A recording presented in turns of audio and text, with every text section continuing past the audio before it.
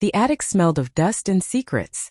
I remember standing there the day after the funeral, staring at the faded photograph of my parents on the wall, Dad in his crisp suit, Mom smiling like she didn't already know how everything would crumble.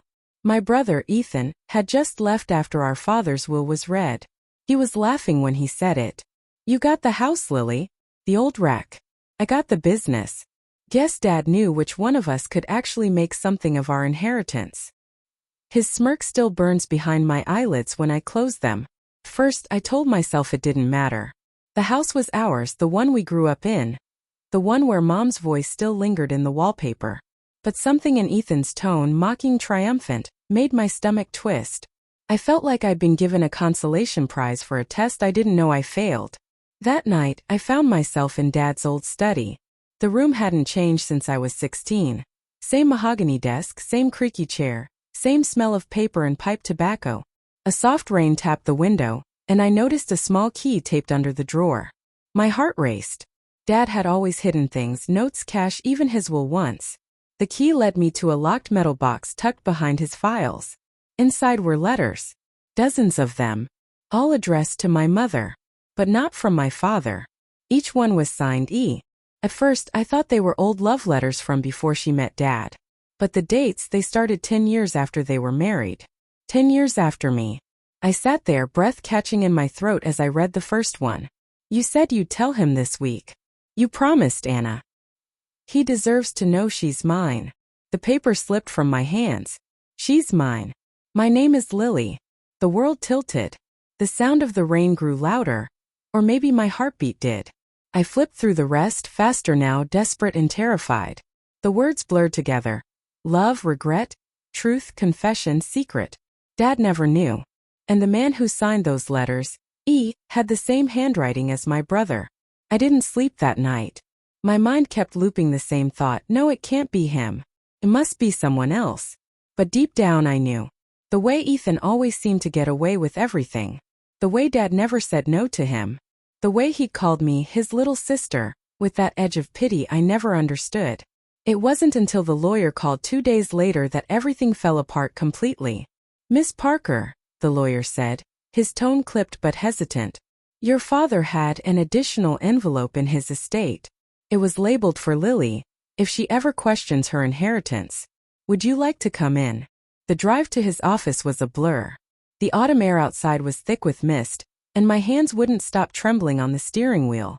I didn't know if I wanted the truth, or if I just wanted to stop feeling like I was walking through someone else's dream. He handed me a sealed envelope, yellowed with age. My name in Dad's handwriting. My Lily. If you're reading this, then you've learned something I could never bring myself to say. Your mother and I had a complicated marriage. She loved someone else once long ago, and from that love came you. I raised you as my own because you were my daughter in every way that mattered. But the man who gave you life is someone you know. Ethan's biological father, Eric, was your mother's lover. He didn't just betray me, he betrayed you too. I wanted to leave you this house because it's where you were loved honestly, even when everything else was a lie. Don't let them take that from you. Dad. I read it twice. Then again. My body went cold. Eric. My father's business partner. Ethan's father. Which meant Ethan wasn't my brother. Not by blood. And worse, Dad had known. He'd known the whole time. That's why Ethan got the company. It was Eric's legacy passed through deceit and shame. And me? I got the house because it was the only place untouched by their lies. When I confronted Ethan, he didn't deny it. We met in the driveway of the house, under the same oak tree where we'd played as kids. His eyes flickered uneasy when I held up one of the letters. "I found them," I said quietly. "All of them." He exhaled through his nose, a smirk ghosting on his lips. "I was wondering when you'd figure it out. So it's true? Mom and your dad." "Don't say it like that," he snapped, but there was guilt in his voice. They loved each other. It just wasn't supposed to happen. "And Dad?" I asked, my throat raw. "He knew." Ethan nodded slowly. "He knew everything.